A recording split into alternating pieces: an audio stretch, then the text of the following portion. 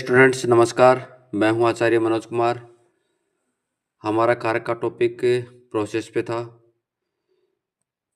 कारक में हम पढ़ रहे थे यहाँ पे कर्म कारक। कर्म कारक में आगे से देखते हैं, कुछ पढ़ा है हमने पहले। आदि उपसर्ग पूर्वक सिंह स्था और आस धातु के योग में कर्म कारक होता है। जैसे एग्जाम्पल, राजकुमार प्रियंकम आदि से ते राजकुमार पलंग पर सोता है। सिंह धातु सोना, स्था बैठना, आस रहना। इसी प्रकार से यहाँ पे आदि उपसर्ग पूर्वक सिंह धातु आई तो यहाँ पे प्रियंकम प्रियंक शब्द में द्वितीया विभक्ति हो गई।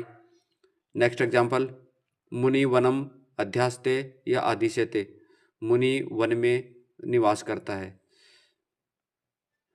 नेक्स्ट पॉइंट, उप अनु अधि और आ उपसर्ग पूर्वक वस धातु दिखाई देने पर भी कर्म कारक होता है।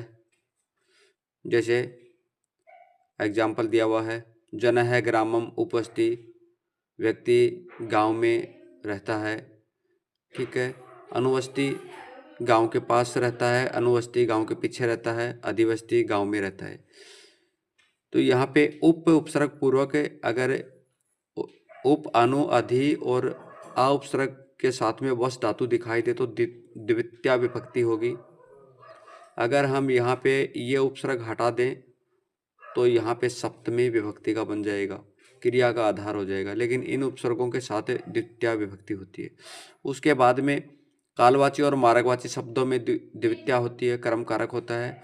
जैसे क्रोशम कुटिला नदी, नदी है वो नदी है, क्रोशम कोस भर, कुटिला यानी टेढ़ी है।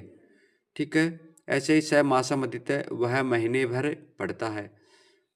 तो यहाँ पे मार्गवाची और कालवाची के दोनों एग्जाम्पल हैं। उसी प्रकार से 16 द्विकर्मक धातुओं में कर्म कारक होता है। एक मुख्य कर्म और दूसरा गौण कर्म होता है। दोनों में कर्म कारक होता है। मुख्य में तो कर्म कारक होगा ही, साथ में गौण कर्म में कर्म कारक होगा।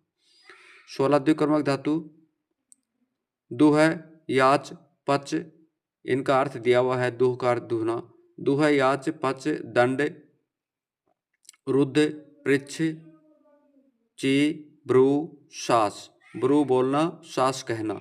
जी, मथ, मूस, मूस का अर्थ चुराना होता है। नी का अर्थ होता है ले जाना। ठीक है। उसके बाद ह्री, ह्री का अर्थ है हरण करना।